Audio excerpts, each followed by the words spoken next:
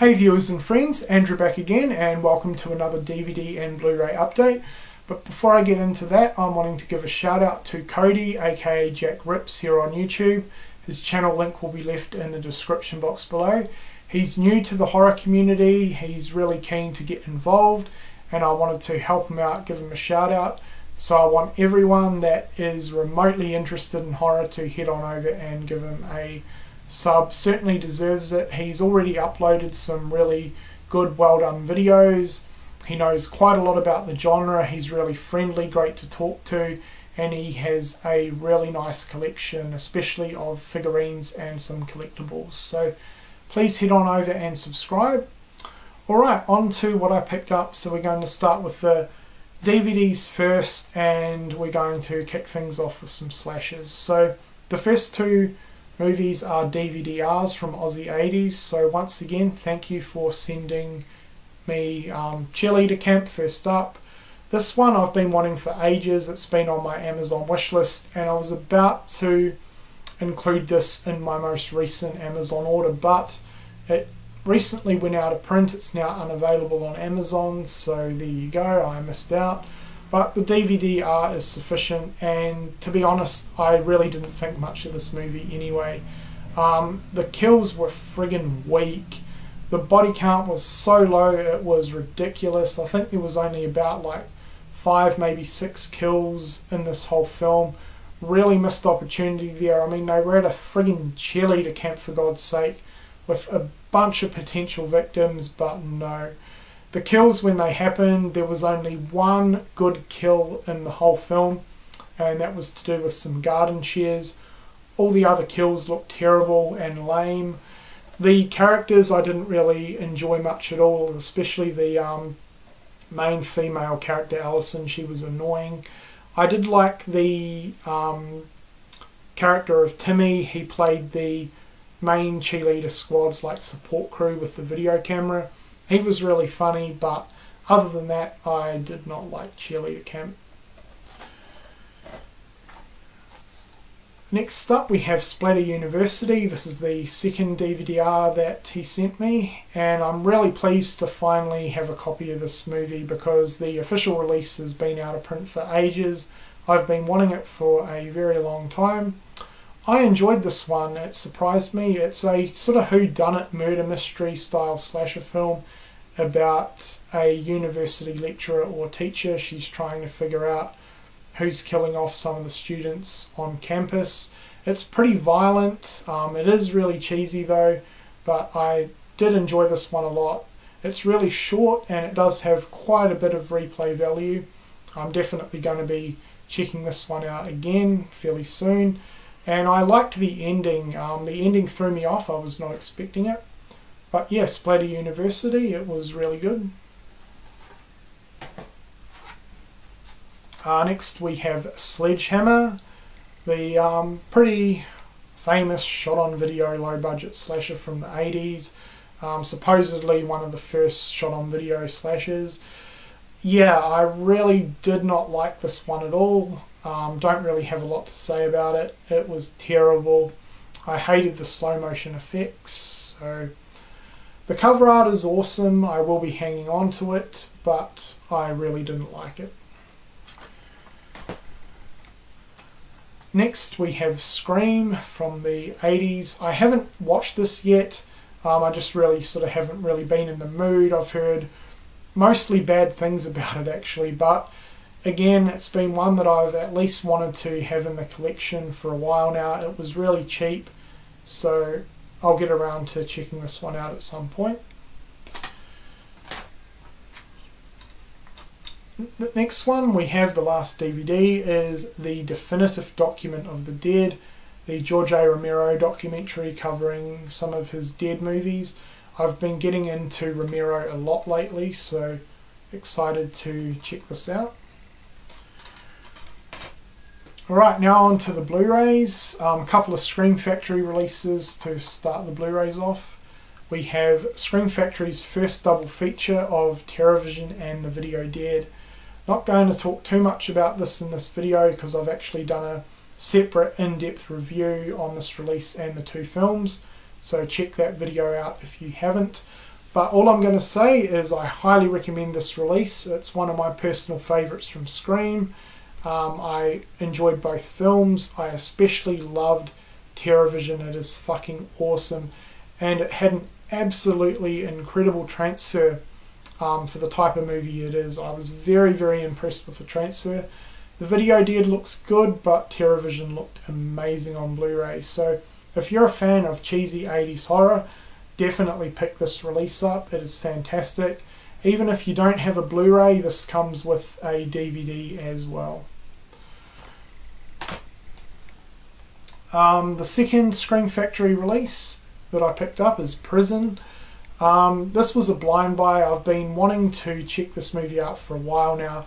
I first found out about it from Luke from the UK. He enjoys this one a lot, and I thought the movie was awesome. I had a lot of fun with it. Really enjoyed the storyline and the premise. The prison setting was excellent. I thought they pulled off the supernatural elements really, really well. The kills looked fantastic. There's some nice gore used. My favourite kill was the death scene with the barbed wire. That was awesome. There was another kill with someone getting burnt, which looked really good as well. But yeah, overall, I thought the movie was awesome. I've got to say though, in terms of an actual release from Scream Factory, this probably is one of my least favourites. The transfer looked really good, but the audio was not that good. And I've got to say, this is my least favourite artwork from Scream Factory. Not a fan of it at all, especially the two images there on the bottom. They just look plastered on. But the movie itself though, I thought was awesome. But I mean, this is not a terrible release by any means, but compared to the other Scream Factory releases, this is probably my least favourite, especially in terms of the artwork. But the movie, awesome. Yeah, that's about all I really have to say about that one. Alright, and the next few, the next 7 actually, I picked up for $10 each. It worked out under Sanity deals. I highly recommend anyone in Australia to head down to Sanity. They've added quite a few new titles into their Blu-ray deals, the 4 for $50 and the 3 for $20. So I picked up the following titles. The Unborn. I haven't seen this one yet, and I really haven't heard anyone talk about it. It does sound pretty good though, so if anyone out there has seen it, please let me know what you think of it. The next 2, or the next 3 actually, are upgrades from DVDs. Sorority Row, which is the remake to the 80s classic House on Sorority Row. Pretty, well, not really excited, but pretty happy that this was part of the 3 for $20, because this is normally fairly expensive in Australia on its own, and I thought it was worth upgrading.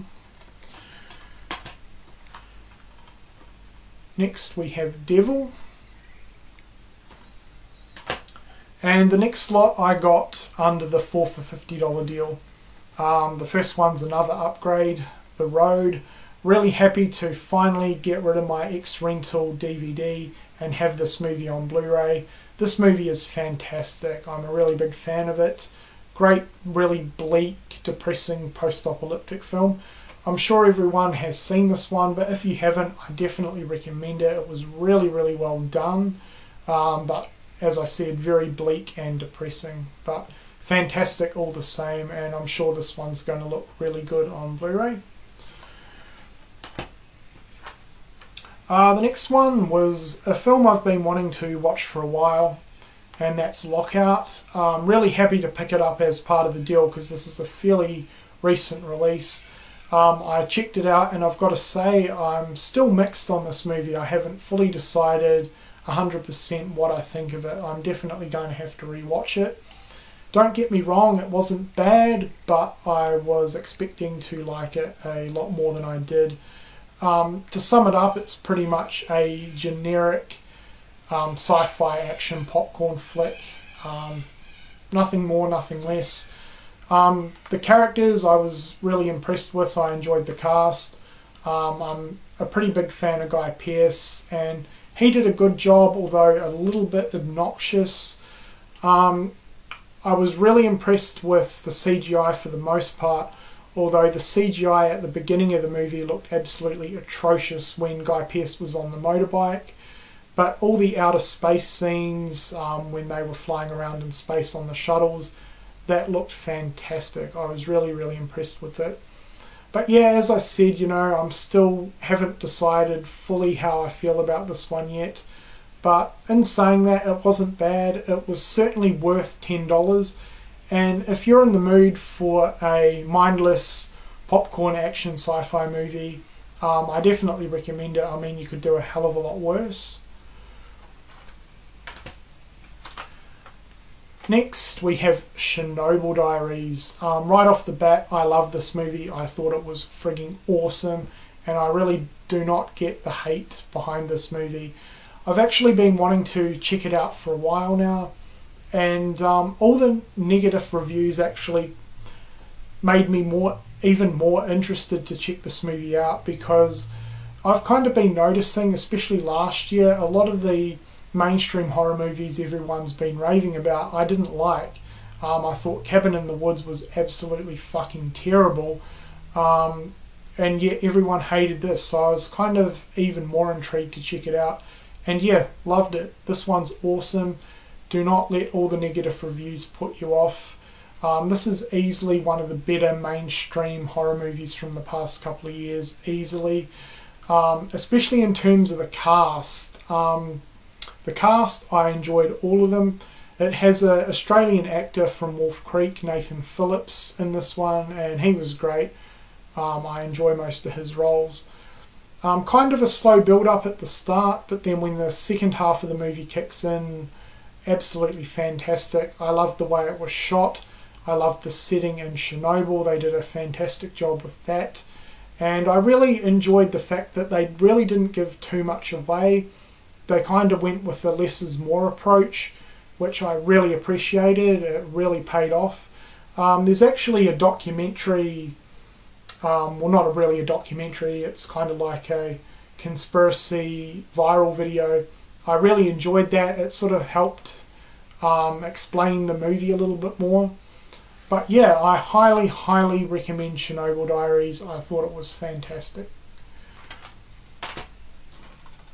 And the last movie for the update is Attack the Block. Really good, fun UK sci-fi comedy. I actually owned this once before, but I ended up trading it on, and I just felt like picking it up again. I enjoyed it the first time. I definitely preferred it a lot more on second viewing, and I do highly recommend this one. Most of you have probably seen it. It's a fairly popular film, but yeah, really good. Alright, so that has been my DVD and Blu-ray update. Once again guys, remember to head on over and subscribe to Jack Rips. If you've seen any of these films, definitely let me know what you think of them, and thank you for watching.